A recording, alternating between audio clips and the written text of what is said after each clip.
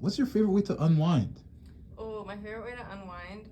I am a big anime lover, so I'll go home and watch some anime, but specifically, at least once a year, I'll rewatch all of Avatar: The Last Airbender. So that is like my favorite thing for like at the end of like a long school day, Avatar: The Last Airbender.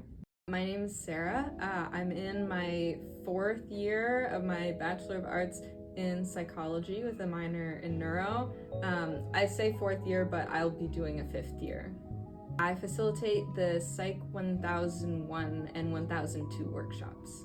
I started in ESP, and then once I had gotten accepted into my degree program, and then I became a mentor in my 2nd year, which was really, really cool. And it was also like a stepping stone into becoming a facil.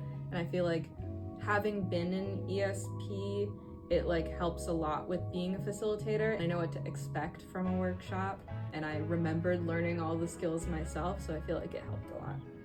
Initially, I thought that's impossible. I would never be cut out to do that. I would never be capable of actually running these. And then it wasn't until I was in the application process, I was like, oh, maybe actually I could maybe do that.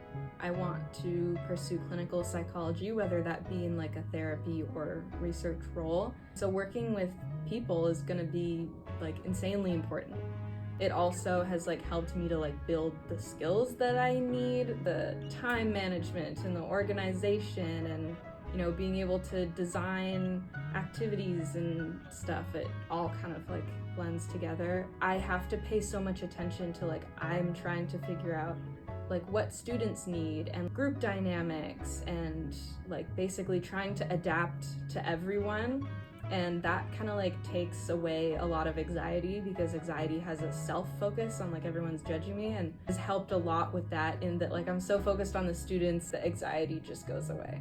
Everyone wants to make it all about tests, have things that are quizzing them on stuff.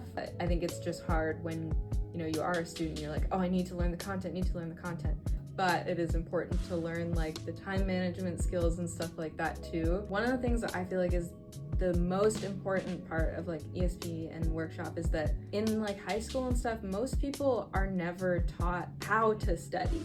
And the main thing that differentiates high performing students from average or less well performing students is not natural ability or intelligence, the way that I think a lot of students coming into ESP think.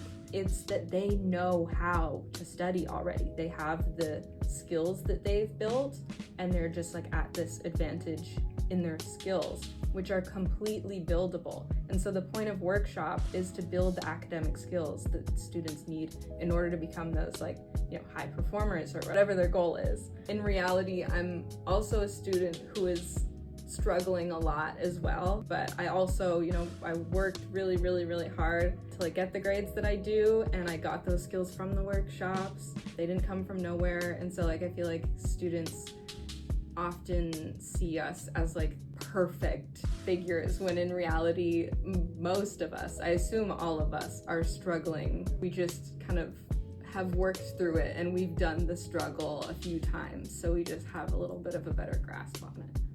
For people who feel really anxious about university or incoming ESP students, I feel it's important to know it will be scary, but you can do it and you'll get past it. And so many of us felt just as scared, and then it became natural. You just get past it, and you have all the support in the world, especially in ESP.